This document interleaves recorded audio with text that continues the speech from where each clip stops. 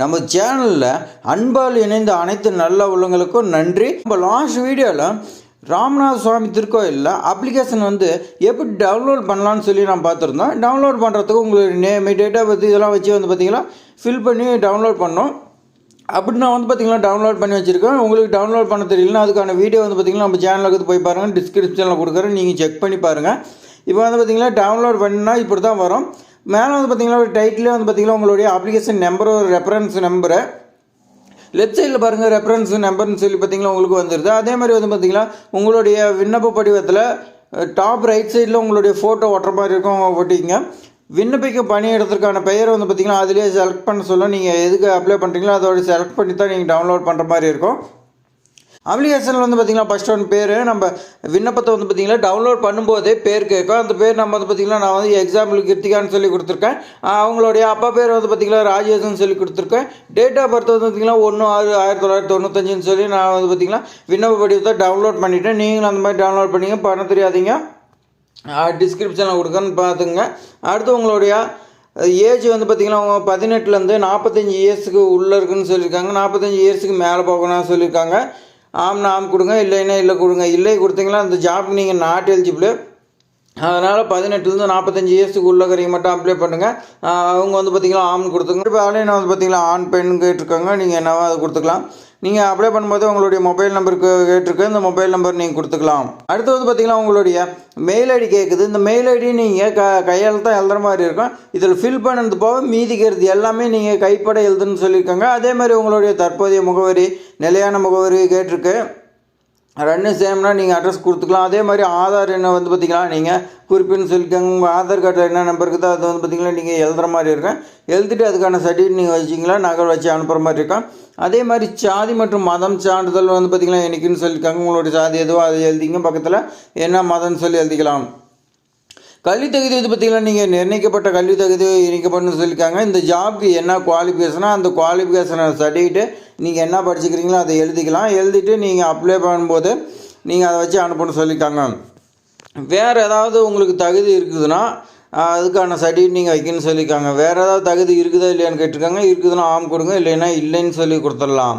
அப்படி ஆம் கொடுத்துக்கல என்ன இருக்குதுன்னு சொல்லி பக்கத்தில் எழுதிட்டு நீங்கள் அதுக்கான சர்டிஃபிகேட் வைக்கணும்னு சொல்லியிருக்காங்க. விண்ணப்பிக்கும் பணியின் முன் அனுபவம் ஏதாவது இருப்பின்னு அதன் விவரம்னு சொல்லி கேட்டிருக்காங்க. நீங்கள் இந்த ஜாப்க்கு அப்ளை பண்ணும்போது வேறு எங்கேயாவது ஒர்க் பண்ணீங்களா இல்லையான்னு சொல்லி கேட்டிருக்காங்க.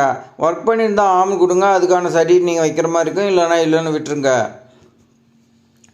அதே மாதிரி பார்த்திங்கன்னா இந்த ஜாப்க்கு எல்லா கோயில் ஜாப்க்கு எல்லாத்துக்குமே பார்த்திங்கன்னா நன்னடத்தை சான்றிதழ் கேட்டிருக்காங்க. இந்த நன்னடத்தை சான்றிதழ் பார்த்திங்கன்னா இறுதியாக பயின்ற பள்ளி அப்படி இல்லைன்னா கல்லூரியில் பெறப்பட்ட சான்றிதழ் நகல்னு சொல்லியிருக்காங்க. நீ காலேஜ் முடிச்சு வரும்போதோ இல்லை பள்ளிக்கூடத்தில் முடிச்சு வரும்போதோ பார்த்திங்கன்னா இறுதியாக பயின்ற பள்ளி அப்படின்னு சொல்லி கேட்டிருக்காங்க பாருங்கள்.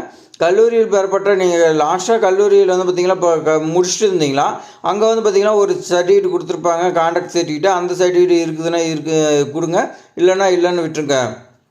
ஆனால் பார்த்திங்கன்னா இதுக்கு கண்டிப்பாக கேட்டிருக்காங்க. எல்லா கோயில் ஜாப்புக்கும் பார்த்திங்கன்னா கண்டிப்பாக இருக்குதுன்னு சொல்லியிருக்காங்க.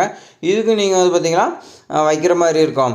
இல்லைன்னு சொல்லி கொடுத்தீங்களா உங்களுக்கு அப்ளிகேஷன் ரிஜெக்ட் ஆகிறதுக்கு வாய்ப்பு இருக்குது. அதனால் ஆம் சொல்லி இந்த சர்டிஃபிகேட் பார்த்திங்கன்னா இருந்துச்சுன்னா கொடுத்துருங்க.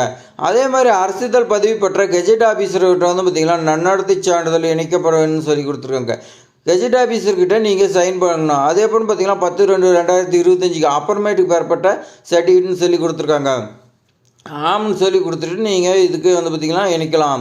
இல்லைன்னு சொல்லி கொடுத்தீங்களா கண்டிப்பாக இந்த அப்ளிகேஷன் பார்த்திங்கன்னா ரிஜெக்ட் ஆகிறதுக்கு வாய்ப்பு இருக்குது. நீங்கள் அப்ளை பண்ணுறதே வேஸ்ட்டு.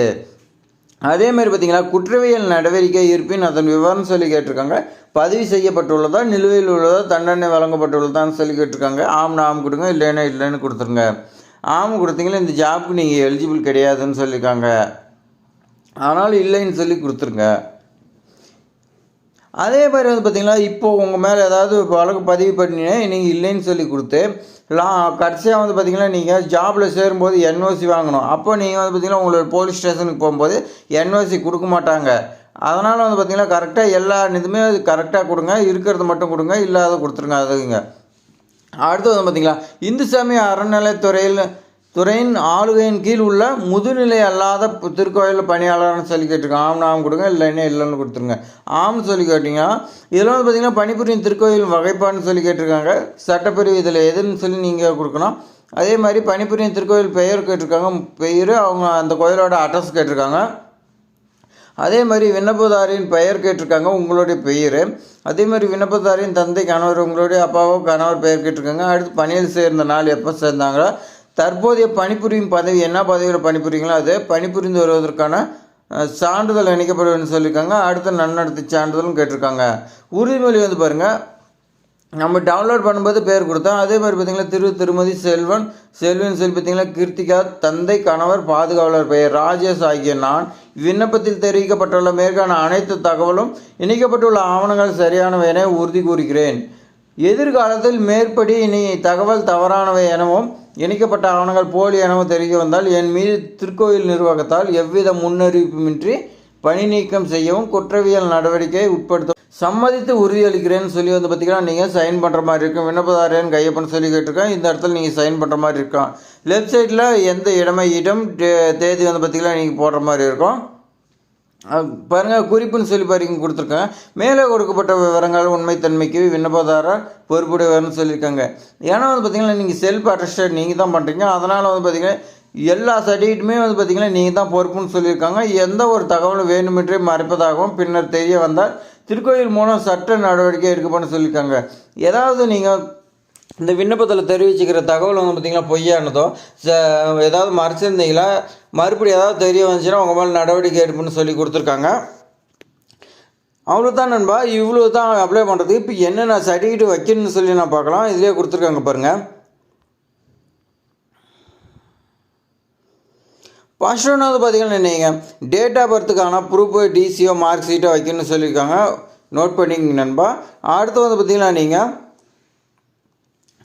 ஆதார் நம்பர் குறிப்பிட்டுன்னு சொல்லியிருக்காங்க, சான்றிதழ் இணைக்கப்படணும்னு சொல்லியிருக்காங்க. நீங்கள் ஆதார் கார்டு ஜெராக்ஸ் வைக்கணும்னு சொல்லியிருக்காங்க. எல்லாமே வந்து பார்த்திங்கன்னா நீங்கள் ஜெராக்ஸ் தான் வைக்கணும். அடுத்து சாதி சான்றிதழ் கேட்டிருக்காங்க, 3வது சாதி சான்றிதழ். அடுத்து வந்து பார்த்திங்கன்னா கல்வி தகுதின்னு சொல்லி கேட்டிருக்காங்க. அடுத்து வந்து பார்த்திங்கன்னா 5வது வந்து பார்த்திங்கன்னா இதர தகுதின்னு சொல்லி கேட்டிருக்காங்க. 5வது இதை நோட் பண்ணி வச்சுக்க. அடுத்து வந்து பார்த்திங்கன்னா உங்களுக்கு எக்ஸ்பீரியன்ஸ் இருந்துச்சுன்னா அதுக்கான சர்டிஃபிகேட் கேட்குறாங்க, இது 6வதா. அடுத்து நன்னடத்தை சான்றிதழ் கேட்டிருக்காங்க 7. அடுத்து வந்து பார்த்திங்கன்னா கெஜெட் ஆஃபீஸர்கிட்ட இது 8 சர்டிஃபிகேட் கேட்டிருக்காங்க. அடுத்து வந்து பார்த்திங்கன்னா உங்களுக்கு இந்து சமய அறநிலையத்துறை வந்து பார்த்திங்கன்னா இதில் ஒர்க் பண்ணியிருந்தீங்க இதுவும் கேட்டிருக்காங்க. இதோட 9 சர்டிஃபிகேட் கேட்டிருக்காங்க.